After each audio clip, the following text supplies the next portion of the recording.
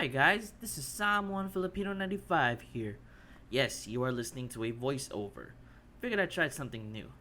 So, in today's popping tutorial video, we're gonna talk about two moves and one technique. And the two moves are the Scarecrow, gliding, and finally the technique, isolation. Let's break it down, shall we? The first move that I'm gonna show you is the Scarecrow. Now with the Scarecrow, with its namesake, you're going to imitate your moves as if you actually are a Scarecrow. Notice how my arms are bent at a 90-degree angle, or even when I bend my arms into a straight forward, almost how a real life Scarecrow would be. This actually refers back to the animation technique that I was demonstrating in the last video. So, to make it a little easier, if you want to master the Scarecrow, just imagine yourself as a Scarecrow and think about what it would do if it was a dancer. The next move that I'm going to show you is called gliding/sliding.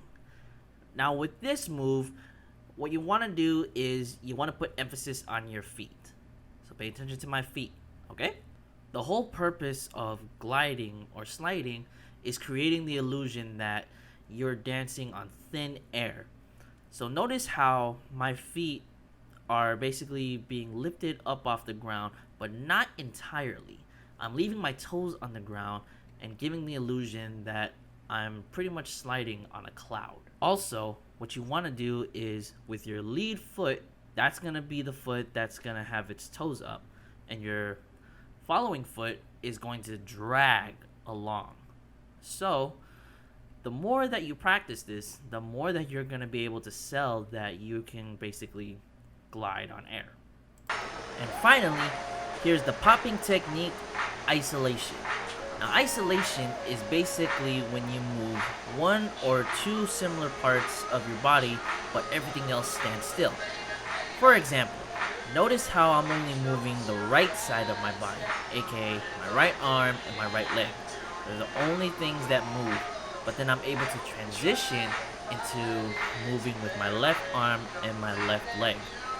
So basically, what isolation is, it's just moving one part of your body or two similar parts of your body, and everything else just stands still. Alright, now that we've learned two new moves and a technique, the final video is the ultimate freestyle, where we put everything that we've learned into action. And I'm gonna make this a bit more interesting for you guys. I want you guys to suggest a song for me to pop to. And while we're on the subject, I wanted to address a question that was asked recently. Is it better to practice popping with or without music?